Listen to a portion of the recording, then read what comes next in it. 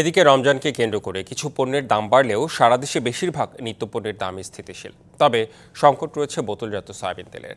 মাছ মাংসের দাম কিছুটা বাড়লে স্বস্তি হারিয়ে যায়নি ক্রেতার মন থেকে।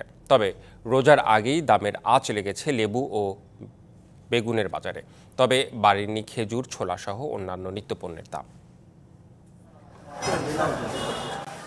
খুলনার বাজারে বোতলজাত খুব একটা দেখা না মিললেও পাওয়া যাচ্ছে খোলা সয়াবিন তেল। বিক্রি হচ্ছে প্রতি লিটার 190 টাকা থেকে 200 টাকা। সবজির মধ্যে কেজিতে 20 থেকে 30 টাকা বেড়ে বেগুন বিক্রি হচ্ছে 60 থেকে 70 টাকা। কেজিতে 20 থেকে 30 টাকা বেড়েছে শসা এবং ক্ষীরা। স্থিতিশীল মাছ ও মাংসের দাম। ছোলা বিক্রি হচ্ছে 100 থেকে 105 টাকা কেজি দরে। গত বছরের তুলনায় এবছর দাম কম খেজুর ছোলা। বাজার মোটামুটি এখন নিয়ন্ত্রণে, কিন্তু চাউলের দামটা একটু বেশি। যদি চাউলের দামটা একটু কম থাকতো তাহলে সাধারণ মানুষের ক্রয় ক্ষমতার ভিতরে থাকতো। এদিকে গাজীপুরে রমজান উপলক্ষে কাঁচা বাজার ও মুদি পণ্যের দাম কিছুটা স্বাভাবিক থাকলেও বোতলজাত সয়াবিন তেলের ঘাটতি রয়েছে। তবে বিক্রেতাদের দাবি এক সপ্তাহের মধ্যে স্বাভাবিক হবে সয়াবিন তেলের বাজার। লিলি হালাল বিউটি সোপ, বিএসটিআই কর্তৃক সনদপ্রাপ্ত দেশের প্রথম হালাল বিউটি সোপ। দীপ্তিময় উজ্জ্বল ত্বকের জন্য এখন অ্যাভেলেবেল আছে, কিন্তু এই সপ্তাহের মধ্যে বোতল তেল অ্যাভেলেবেল পাওয়া যাবে, সমস্যা নেই। সব কোম্পানি বোতল ছেড়ে দিচ্ছে এখন। রংপুরে রমজানে বাজারে প্রয়োজনীয় পণ্যের পসরা নিয়ে প্রস্তুত ব্যবসায়ীরা। চাহিদা অনুযায়ী পর্যাপ্ত সরবরাহ থাকায় দাম এখনও নাগালের মধ্যে রয়েছে। তবে কিছুটা সংকট রয়েছে বোতলজাত সয়াবিন তেলের।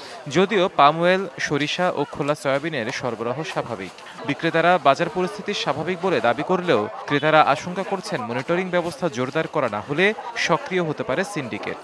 সয়াবিন তেল পাওয়া যাচ্ছে না, সয়াবিন তেল বিক্রি করতে পারতেছি না, কোম্পানিরা দিচ্ছে না মাল।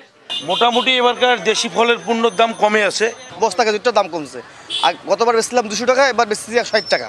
ময়মনসিংহের বাজারে মাছ ও মাংসের দাম বেড়েছে। বাড়তি রয়েছে লেবু, শসা ও বেগুনের দামও। একটু বড় সাইজের লেবু বিক্রি হচ্ছে 100 টাকা হালিতে। তবে রোজার পণ্য হিসেবে পরিচিত খেজুর, ছোলা, চিড়া, মুড়ি ও গুড়ের দাম স্থিতিশীল। রমজানটা আসলেই এই যে এরকম সময়ে একে তো হইলো ঘুরে আসলে দাম বাড়ে, দ্বিতীয়ত রমজান, এই দুইটা প্লাস হয়ে লেবুর বাজার দাম বেড়ে গেছে। মোটামুটি স্বাভাবিক আছে, বেগুন আর লেবুর দাম অতিরিক্ত হয়ে গেছে। একই চিত্র দেশের অন্যান্য বিভাগীয় শহর এবং জেলাগুলোতেও। হিমাদ্রি রাহা, ডিবিসি নিউজ ডেস্ক।